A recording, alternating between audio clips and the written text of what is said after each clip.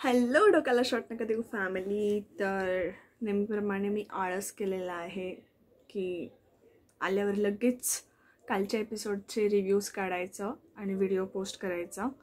तर तेवढ्यात वाजले होते 9 आणि 9 वाजले म्हटल्यावरती मी आजचा एपिसोड पण बघून घेतला आणि त्याच्यानंतर माझ्या डोक्यात आलं की स्किप तर मी ह्यावेळी करणार नाही आहे कोणता पार्ट.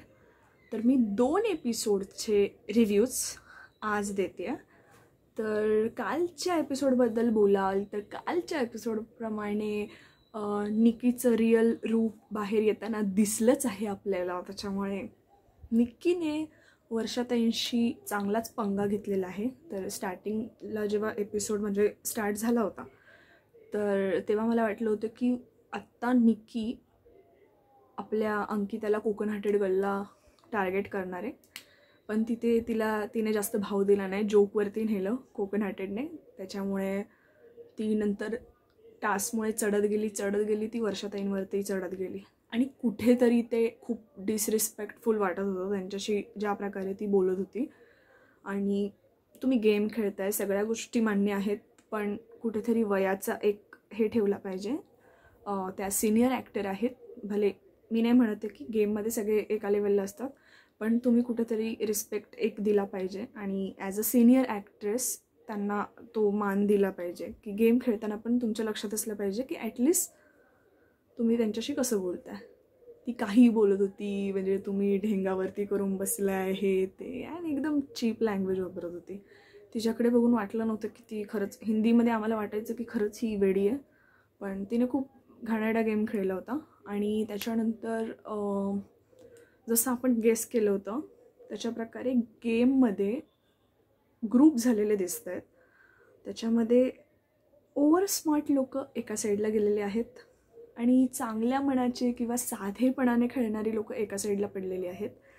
तर ह्या ओव्हर स्मार्ट कॅटेगरीमध्ये येत आहेत निक्की तांबोळी, जान्हवी किल्लेकर, योगिता चव्हाणने ट्राय केलं, त्याच्यावर मी येणार आहे, पण ती काय त्या ग्रुपचा पार्ट बनू शकली नाही. सेकंड आर्या जाधव, वैभव चव्हाण आणि बॉडी बिल्डर अरबाज पटेल. तर आणि घनश्याम त्यांचा याचा पार्टच आहे. त्याच्यामुळे ह्यांचा कुठेतरी गेमचा एक जास्त स्ट्रॅटेजी वापरून खेळणारे फर्स्ट डेलाच ह्यांचा एक असा ओव्हर स्मार्ट लोकांचा एक ग्रुप झालेला आहे. आणि सेकंड आपले वर्षाताई, अंकिता, त्यांचा ग्रुप नाही झाला आहे, पण ते ह्यांच्या स्ट्रॅटेजी वापरण्यामुळे ते लोक वेगळे पडलेत. तर कालच्या एपिसोडबद्दल भांडणच झाली आहेत, बाकी काही त्याच्यामध्ये काही खास असं झालेलं नाही आहे.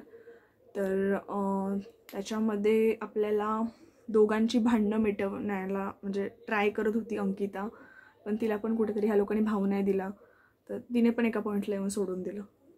तर येऊया आपण आजच्या एपिसोडवरती. आजचा एपिसोड होता नॉमिनेशन टास्क. ह्यांना नॉमिनेट करायचे होते, तो तोफ्याचा गेम होता. तर तिथे पहिल्यांदा बिग बॉस 3 नावं देणार किंवा लास्टला 4 दिली होती, तर 3 नावं देणार. आणि त्याच्यानंतर त्यांनी साईडला यायचं आणि मध्ये एक टेबल ठेवला होता. बाकीचे जे आहेत 3 जणं सोडून त्यांना ती तोफ हे होती, ती मशाल होती बनवलेली, ती मशाल त्यांना पकडायची होती. तर नको तिथे बॉडीचा जास्त किती पॉवर आहे, किती बॉडी आहे हे दाखवायला थोडा अरबाज पटेलने खूप घाई केली. तिथे तर काही धक्काबुक्कीचा गेम नव्हता, शांततेत जाऊन स्वतः जो पहिला जाईल तसं ते पकडायचं होतं. हा लिटरली आजच्या एपिसोडमध्ये दिसत होतं की तो खेचत होता, ज्याच्या पण हातात येईल पहिले तो खेचत होता त्याच्या बॉडीची ताकद लावून. आणि निक्की तांबोळीने, आणि तिथे आपल्याला निक्की तांबोली आणि आपली अंकिता वालवालकर ह्यांचा कुठेतरी वाद होताना दिसला. आणि ह्यात पूर्णपणे 100% निक्की तांबोळीची चुकी होती, कारण ती तिच्या जागेवरती उभी होती, तिची काही चुकी नव्हती, आणि तरीही तिच्यामध्ये पाय घालत होती, हे करत होती आणि खेचायचा प्रयत्न करत होते, आणि ते चुकीचंच होतं ऑब्व्हियसली. तर त्यांची भांडणं होताना दिसली. तर मला तरी स्वतःहून वाटतंय की अंकिताने तिच्याशी फुल ऑन लढायला पाहिजे होतं, जे ती नंतर लढली. तिने न रडता तिला डायरेक्टली तिने धक्काबुक्की केली नाही, हिने पण करायला पाहिजे होती. तर ती थोडीशी हर्ट झाली, कारण तिला असं वाटलं मध्ये मध्ये येते ही वगैरे. आणि 2-3 गेममध्ये त्याच्यामध्ये चान्स जास्त भेटत गेले, ते अरबाज पटेलला भेटले. आणि ज्याच्याकडे चान्स फर्स्ट आला आहे तो त्या माणसाला तोफाच्या समोर उभं करणार आणि तो नॉमिनेट होणार. आणि असं करत करत त्याने आणि त्याच्यानंतर त्याने स्वतःच्या आवडीच्या माणसाकडे मशाल द्यायची होती. तर 2-3 वेळा सगळेच चान्स, 2-3 वेळा पण नाही, सगळेच चान्स त्या ग्रुपला गेले ज्यांनी जास्त स्ट्रॅटेजी यूज केली. तर अशा प्रकारे खूप घाणेरडा वाटला आजचा गेम खरं तर, कारण नको तिकडे ताकद लावण्यात आली, नको तिकडे भांडणं करण्यात आली आणि बिग बॉस म्हटल्यावरती हे चालणारच. तर अशा प्रकारे नॉमिनेट झालेल्या सदस्यांची नावं होती अंकिता वालवालकर, योगिता चव्हाण. योगिता चव्हाणच्या बाबतीत त्यांनी ॲक्च्युली ज्या 3 जणी उभ्या होत्या, जान्हवी किल्लेकर, योगिता चव्हाण आणि तिसरी होती आर्या जाधव. ह्यांनी आधीच्याच एपिसोडमध्ये आपल्याला दिसलं होतं की 3 जणीपासून स्ट्रॅटेजी तयार करत होती की आपण 3 एकत्र राहूया, स्ट्रॉंग कंटेस्टंट घेऊया, जास्त लोक वाढवूया, म्हणजे कुठेतरी नॉमिनेशनला आलं तर आपल्याला हेल्प होईल. आणि गेम उलटा झाला, ह्या 3घांनाच ठेवलं होतं अपोजिट टू इच अदर नॉमिनेशनसाठी. आणि त्याच्यामध्ये योगिता थोडी कुठेतरी कमी पडली आणि योगिता नॉमिनेट झाली होती त्यांच्यामध्ये. आणि सेकंड होतं वर्षाताई. निकिता अंबोळीने चांगलाच राग काढला त्यांच्यावरती नॉमिनेट करताना. आणि दुसरा होता सूरजला परत स्वतःहून काही पॉईंट एक्सप्लेन नाही करता आलं, त्याला टार्गेट करण्यात आलं नेहमीप्रमाणे. आणि लास्ट होते पुरुषोत्तम. तर च्या वेळेस पुरुषोत्तम, निखिल दामले आणि दुसरं कोण होतं, दुसरं कोण होतं लक्षातच येत नाही आहे माझ्या. तर हे 3 जण उभे होते.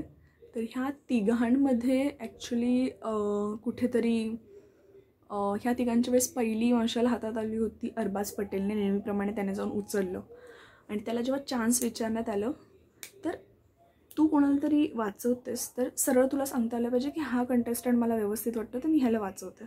त्याचं रिझन काय होतं, तू मला वाचवणार आहेस का?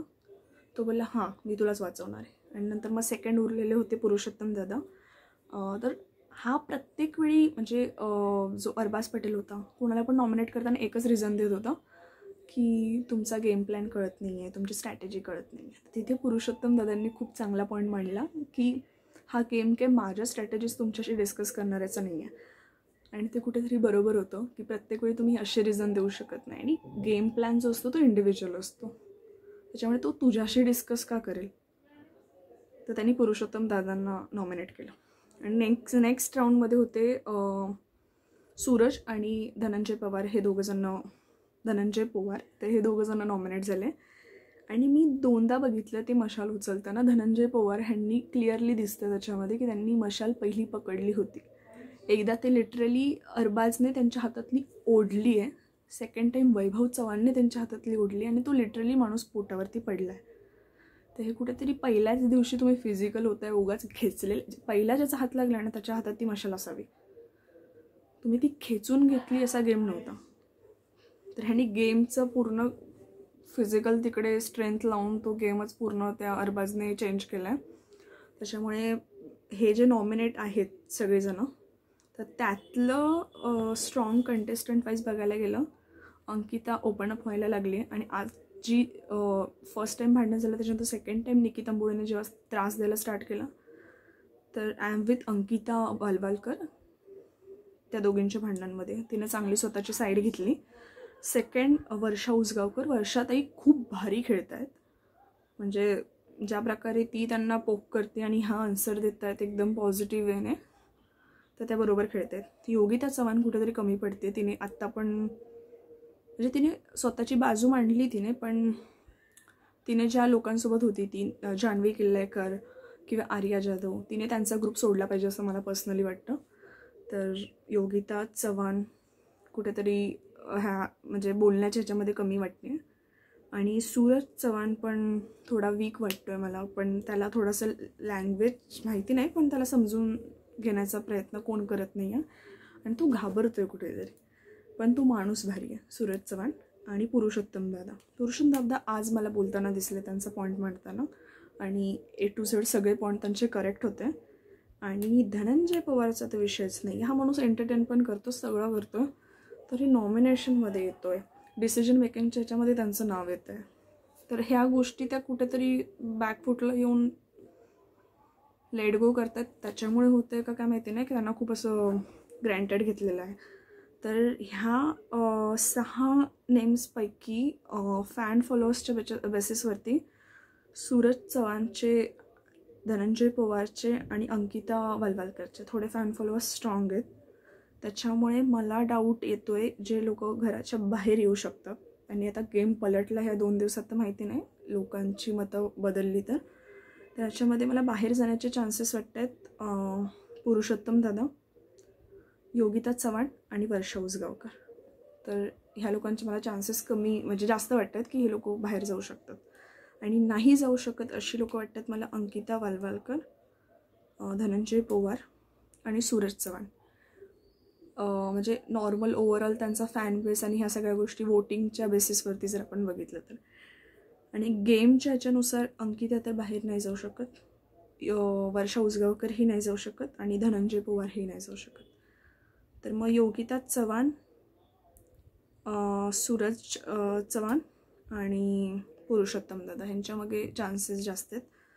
तर बाहेर जाण्याचे चान्सेस मला फॅन बेसेस आणि दोन्ही गोष्टी बघून, गेम बघून पुरुषोत्तम दादा वाटतात ह्यावेळी घराच्या बाहेर जाण्याचे चान्सेस. तर बघू आपण ह्यातला कसा गेम बदलतोय, काय होतं आहे. किती साऱ्या गोष्टी मला पॉईंट कराव्या लागतात. आणि खरंच म्हणजे एक गोष्ट मला शेअर करायची आहे की मी खूप असे व्हिडिओज बघायचे की काय झालं एपिसोडमध्ये, आजच्या कोण जाणार बाहेर नॉमिनेशनच्या दिवशी. तर खूप सारे यूट्यूबर्स बनवतात आणि हा माझा फर्स्ट ट्राय. तर मग आत्ता कळते की किती गोष्टी नोट कराव्या लागतात, किती बारीक ऑब्झर्वेशन आपलं ठेवावं लागतं की एखाद्या कॅमेऱ्यासमोर, एखाद्या सोशल मीडियासमोर आपण एखादे पॉईंट्स मांडतोय तर म्हणजे रिअली खरंच हॅट्स ऑफ की जे लोक एकदम ओपनली स्वतःचा रिव्ह्यू देतात आणि खूप वर्ष करत आहेत ते लोक. तर डिफिकल्ट आहे हे काम खरं तर. मी ट्राय करते.